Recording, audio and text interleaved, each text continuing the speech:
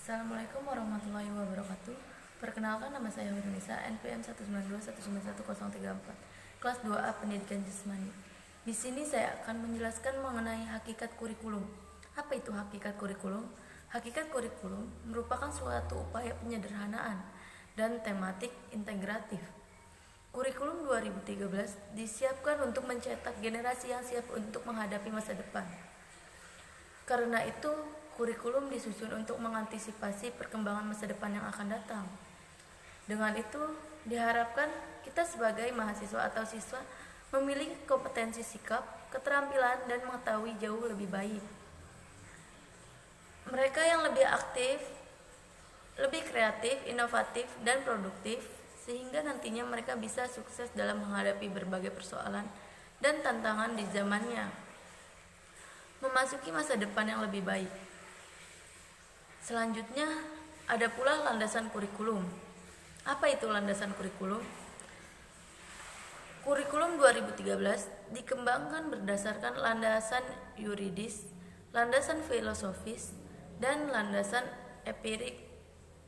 Dan yang terakhir, landasan teoretis.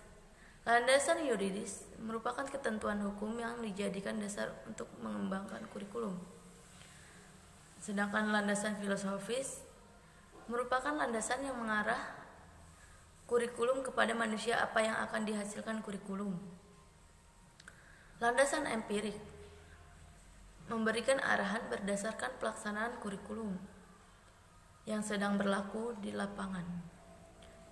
Landasan teoretik memberikan dasar-dasar teoretik pengembangan kurikulum sebagai dokumen dan proses.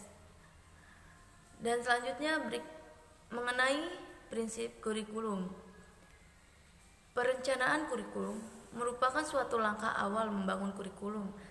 Ketika membuat kurikulum, keputusan yang diambil atau tindakan untuk menghasilkan perencanaan yang akan digunakan oleh guru dan peserta didik. Penerapan kurikulum atau bisa disebut juga implementasi kurikulum berusaha mentransfer perencanaan kurikulum ke dalam tindakan operasional. Evaluasi kurikulum.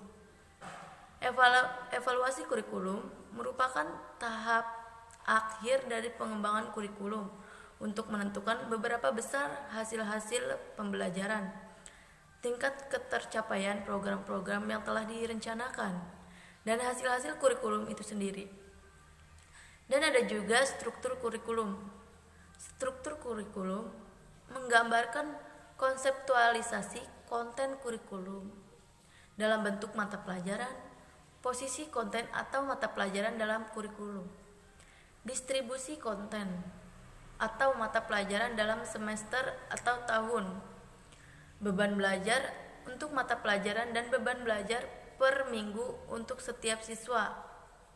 Struktur kurikulum merupakan juga aplikasi konsep pengorganisasian konten dalam sistem belajar dan pengorganisasian beban belajar dalam sistem pembelajaran.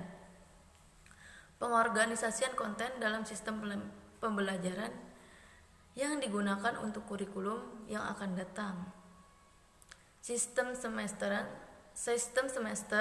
sedangkan pengorganisasian beban belajar dalam sistem pembelajaran berdasarkan jam pembelajaran per semester. Dan yang terakhir mengenai Badan Standar Nasional Pendidikan, biasa disingkat dengan sebutan BSNP. Badan Standar Nasional Pendidikan merupakan lembaga mandiri, profesional, dan independen yang terdapat misi untuk dikembangkan, memantau pelaksanaan dan mengevaluasi pelaksanaan standar nasional pendidikan.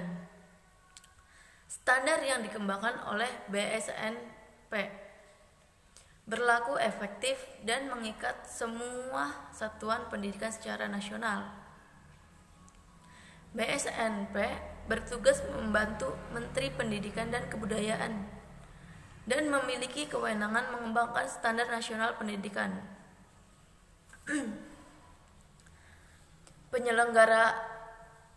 Menyelenggarakan ujian nasional, memberikan rekomendasi kepada pemerintah dan pemerintah daerah dalam penjaminan dan pengendalian mutu pendidikan,